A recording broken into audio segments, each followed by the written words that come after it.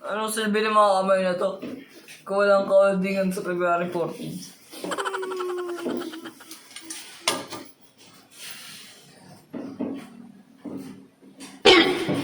Dami mong alam.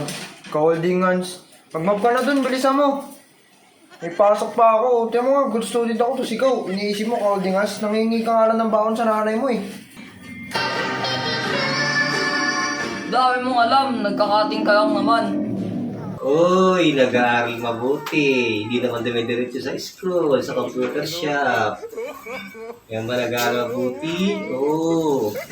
Para mas maganda, mabuti ang pag-aaral, magwalis. Yan. Oo. Umpisahan niyo na. Tara na. Bilis.